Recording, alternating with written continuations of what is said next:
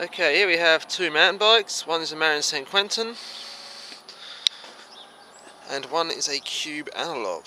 Cube Analog is from 2017 that I used the frame into 2018 with some different paintwork.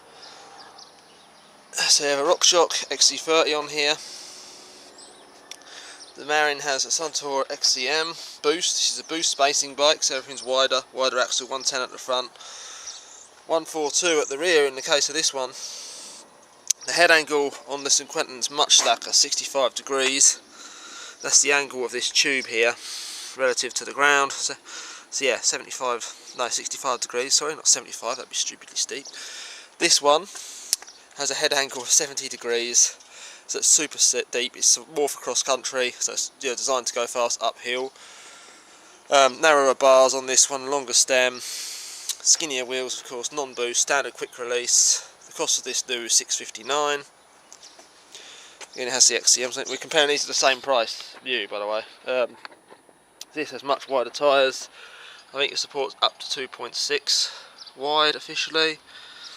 The Tektro brakes are down here, and they are on the Cube, they're in the same place, which is interesting.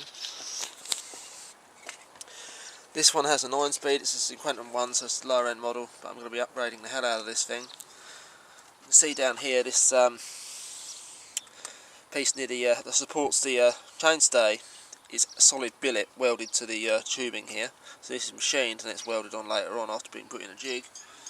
It's not just the tubing going to another tube.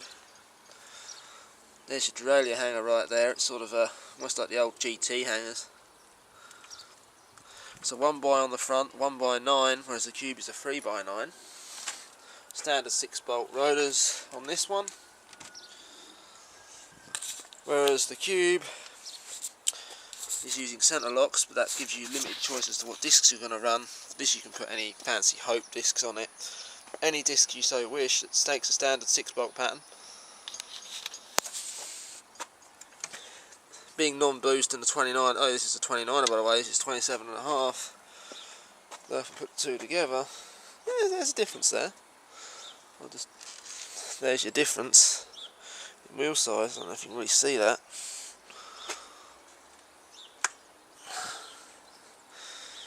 But these tyres are massive and grippy on the MARIN. Tribal hand stamp tyres. I think that's how you pronounce it. The rims are standard rims, non-reinforced spoke eyelets, but they're much wider profile than the ones on the Cube here. These do have reinforced eyelets though, which is good. Tapered head tube on the MARIN, it's a straight steer on here, it's a steel steer tube as well. This does have remote lockout. No rebound adjustment on these though. This does have lockout, but it's not remote. Again, I will be upgrading the fork. That's locked, that's unlocked. Aluminium lowers on these forks, they're magnesium, but these are 15mm bolt through boost.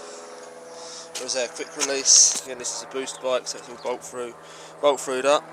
I've got the DMR pedals on here, just standard cheapy pedals on the Cube. Much wider seat post, 31.8 on here I believe, don't quote me on that. And yeah, it's a very nice bike. Well, they're both very nice bikes, but the St Quentin is the nicer bike of the two by far.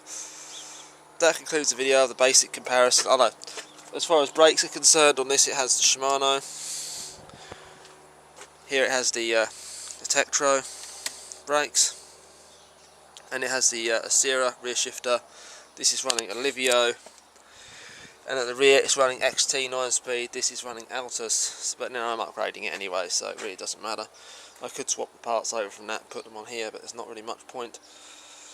Yeah, that concludes the video. See you later.